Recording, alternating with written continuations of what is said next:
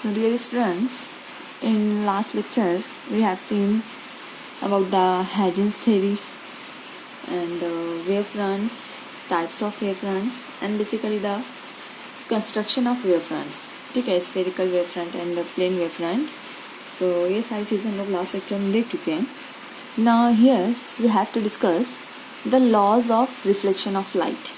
ठीक है, through a plane surface. So on the basis of Huygens theory, we have to see what are the laws of reflection of light. ठीक है, and for that here we will consider a plane reflecting surface MN. ठीक है, MN be the any plane reflecting surface such as mirror. ठीक है, तो यहाँ पर हम लोग एक plane reflecting surface consider किए हैं. Now let us consider a plane wavefront AB. A plane wavefront AB is going to incident with an angle of incidence I through the normal.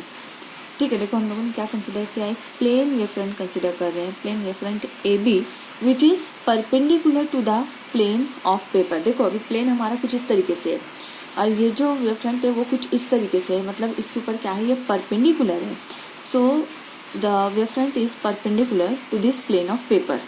ठीक है, पेपर के ऊपर जो है ये जो है इस तरीके से परपेंडिकुलर है and it is going to made angle i with the normal PA. ठीक है, अगर हम लोग यहाँ पे नॉर्मल कंसिडर कर रहे हैं PA, so this is going to make incidence angle i with the wavefront और we can say that with incident ray. ठीक है, सो see here RA and QB. ठीक है, RA and QB represents the direction of incident light. ठीक है, that means light is going to incident from in the direction of RA and QB. ठीक है, with the plane wavefront AB. So see, let us assume that this incident wavefront AB touches the reflecting surface at time t is equal to 0. ठीक है, हम लोग यहाँ पे consider कर रहे हैं कि ये जो AB वेवफ्रंट है, प्लेन वेवफ्रंट, इस प्लेन रिफ्लेक्टिंग सरफेस को टच कर रहा है A पर. ठीक है, at time t is equal to 0. ठीक है, t इज इक्वल टू 0 इस टाइम पर A जो है वो सरफेस को टच कर चुका है, but still B is not touching the surface. ठीक है, B अभी यहाँ पर ही है, इन द एयर है वो, इसने अभी टच नहीं किया है. So at time t is equal to 0 the plane wavefront AB is going to touch the plane surface at A. ठीक है, यहाँ पर वो टच कर रहा है. Now see if we are going to consider after time t is equal to t, अगर हम लोग कुछ टाइम के बाद बात करते हैं after time t is equal to t, सो इस टाइम पे क्या होगा, now this point it is going to become secondary source of light. ठीक है, क्योंकि हम लोगों ने पढ़ा हुआ है कि वेव फ्रंट का हर एक पॉइंट बाद में क्या बन जाता है, that is going to act as a secondary source of light. इसका मतलब है ये जो हमारा पॉइंट A है, it is going to become a secondary source of light. और जितने टाइम ये सेकेंडरी सोर्स बनेगा that means t is equal to t, ना इतना टाइम लगेगा ये B C पॉइंट को टच करने के लिए, C पॉइंट तक पहुंचने के लिए. ठीक है, मतलब जिस टाइम पे ये as a secondary source of light act करेगा उतने टाइम पर ये जो है B से रे कहाँ तक आएगी, लाइट आएगी पॉइंट C तक in time t is equal to t. So now in between time t is equal to 0 to t is equal to t, what is going to happen here? So obviously when A becomes secondary source of light, that means it is going to emit its secondary violets. ठीक है, secondary violet ये emit करेगा, या आप कह सकते हो कि यहाँ पे बेसिकली हेमीस्फेयर से फॉर्म होंगे. ठीक है, एक पर्टिकुलर आर्क बनेगा या हेमीस्फेयर बनेगा. But now see what will be the direction of that secondary wavelets, क्योंकि हम लोगों ने देखा था सेकेंडरी वियोलेट हमेशा फॉरवर्ड डायरेक्शन में होती है. But here we are going to see the phenomenon of reflection. Okay, so reflection में लाइट किसी भी मीडियम से पास नहीं होती है, बल्कि वहाँ पे क्या होती है, रिफ्लेक्ट होती है, बाउंस बैक करती है. That means here the formation of secondary wavelet is in the same plane. ठीक है, in the same side of mirror. इस अपोजिट साइड पर लाइट नहीं आने पाएगी, बल्कि सेम साइड पर ही सारा प्रोसेस होगा।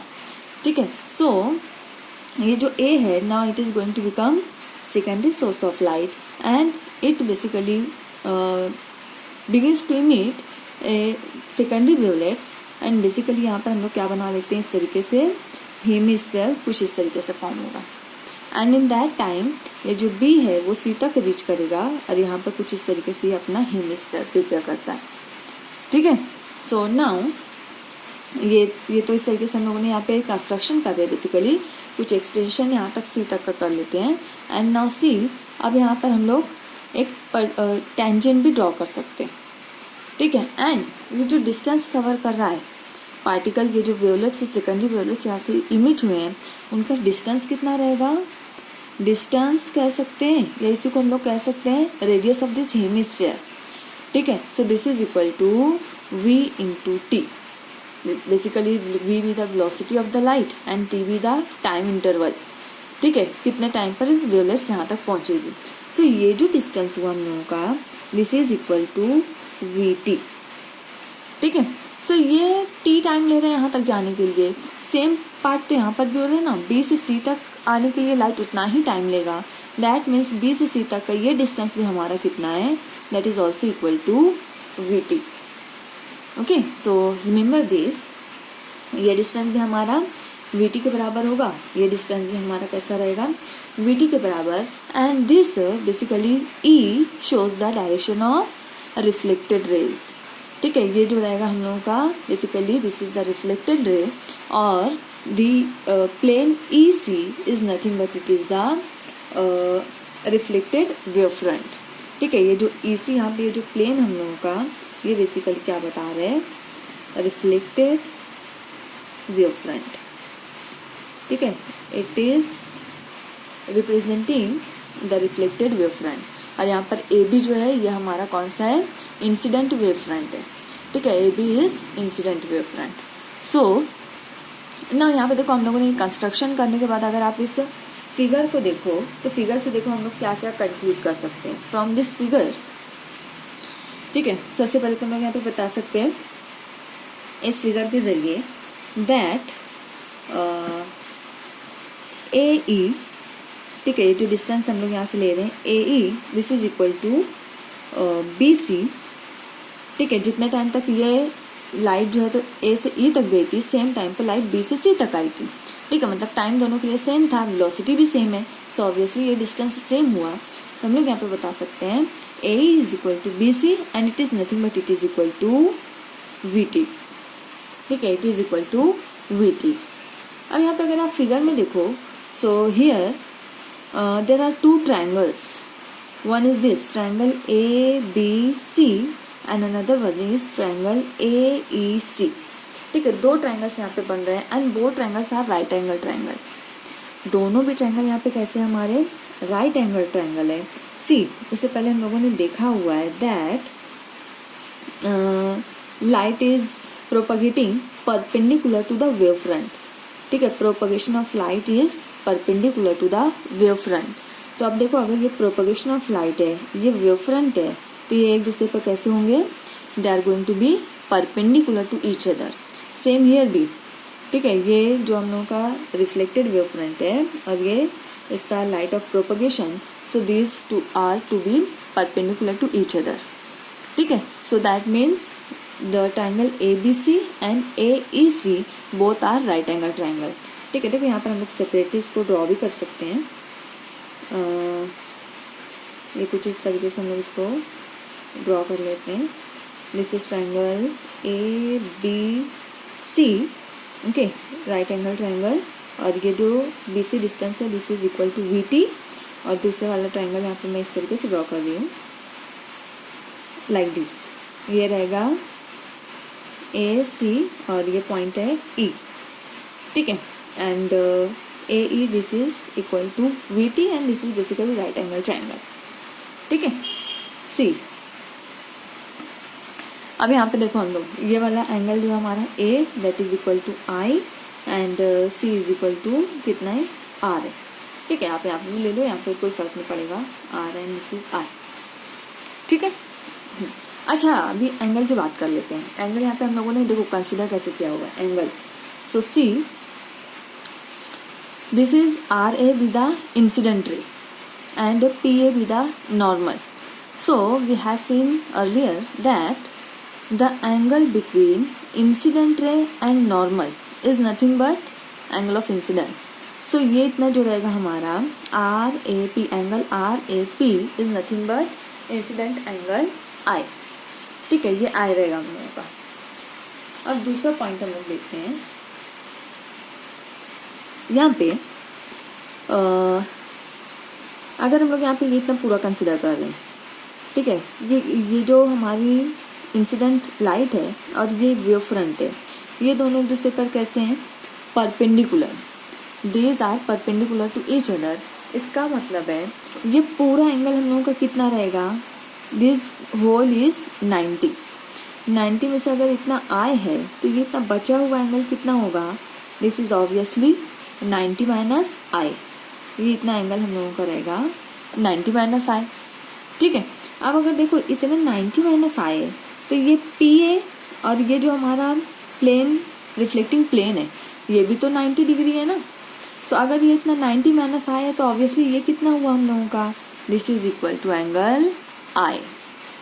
ठीक है, देखो ज्योमेट्री यहाँ पे देखो बहुत क्लियर है।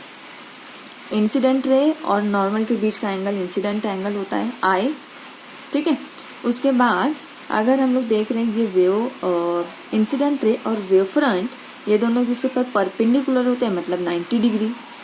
90 में से अगर आप इतना आई कंसिडर कर रहे हो तो ये बचा हुआ कितना रहेगा, 90 माइनस आई। ठीक है, देन अगेन ये नॉर्मल है इस सरफेस के ऊपर, मतलब नॉर्मल और सरफेस के बीच में 90 डिग्री। ठीक है, उसमें से इतना अगर हम लोग ले लेते हैं 90 माइनस आई तो बचा हुआ कितना रहेगा, आई।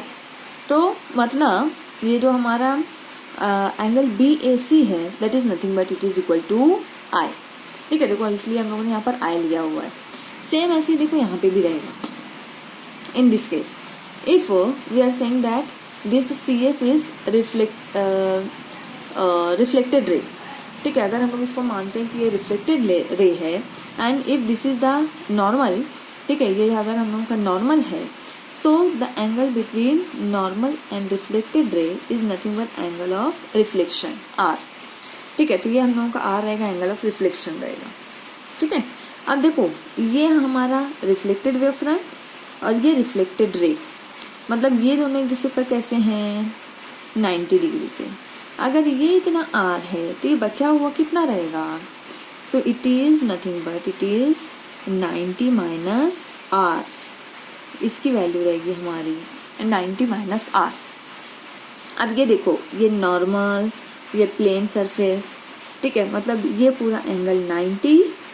अभी ये इतना अगर 90 माइनस आर है तो ये कितना रहेगा हमारा, this is equal to are.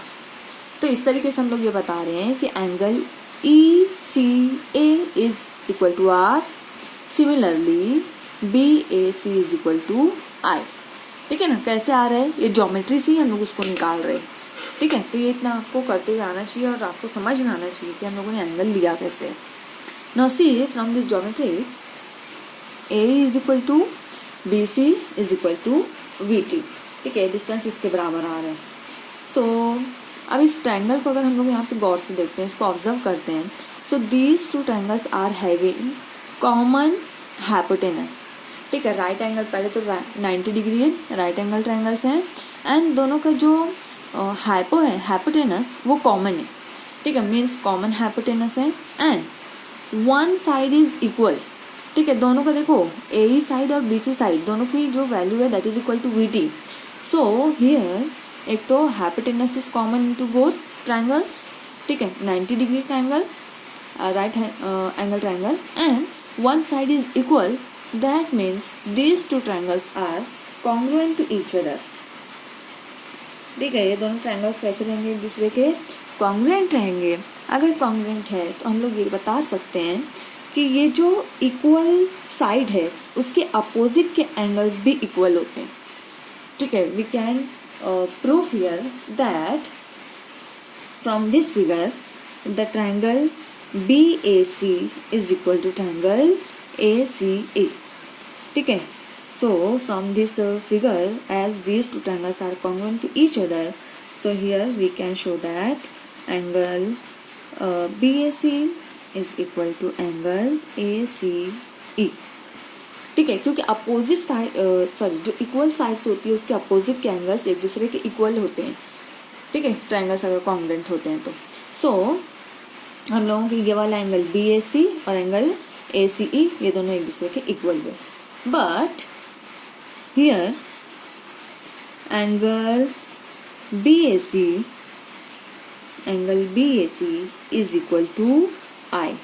देखो हमारा जो एंगल BAC है this is equal to I.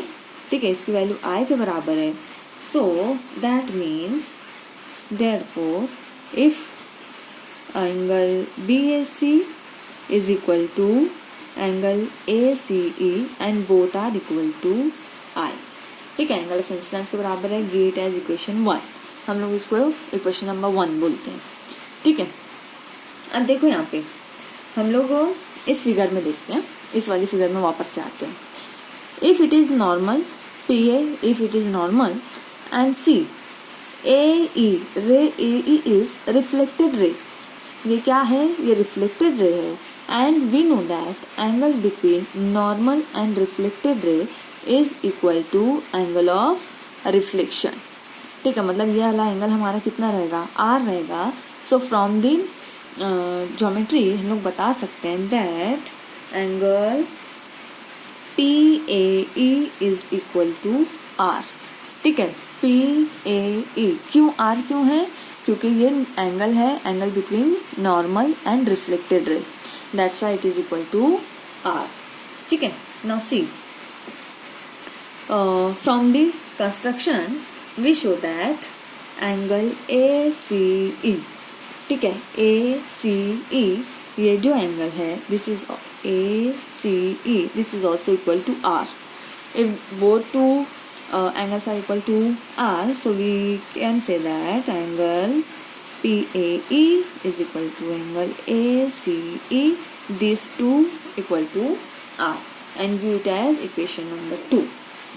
So see here angle ACE BAC equation number 1 and 2 को अगर आप इसको ऑब्जर्व करो, so angle BAC is equal to angle ACE, this is equal to I.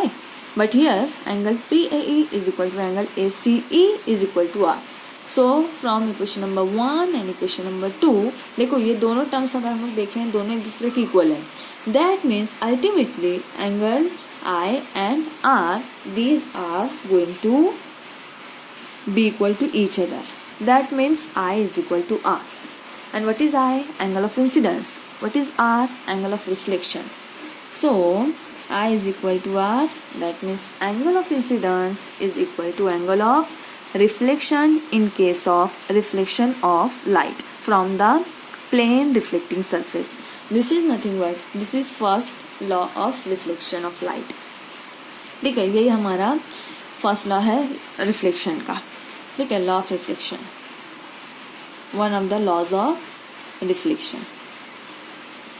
ठीक है, तो अक्सर पेपर में पूछा जाता है state and proof law of reflection. आपको I is equal to R ये प्रूव करना होता है. तो आप ये इसको एक्सप्लेन कर ज्योमेट्री के थ्रू इसको आप एक्सप्लेन कर सकते हो. I is equal to R. Okay, so see this is very very simple. Now one more thing we can prove from this geometry. See here. Okay, see carefully. Incident wave front that is AB. ठीक है, incident wave front AB this is perpendicular to the plane of paper. Paper अगर हमारा इस तरीके से है तो ये AB उस पर कुछ इस तरीके से है, मतलब उसके ऊपर परपेंडिकुलर है. ठीक है, उसी के साथ में अगर हम लोग देखते हैं रिफ्लेक्टिंग सरफेस AC, ये जो हमारा मिरर है. ठीक है, तो ये भी प्लेन के ऊपर इस तरीके से रखा हुआ है, मतलब ये भी उसके ऊपर परपेंडिकुलर है. ठीक है, this is also is perpendicular on the plane of paper. And reflected wave front. ठीक है, reflecting wave front that is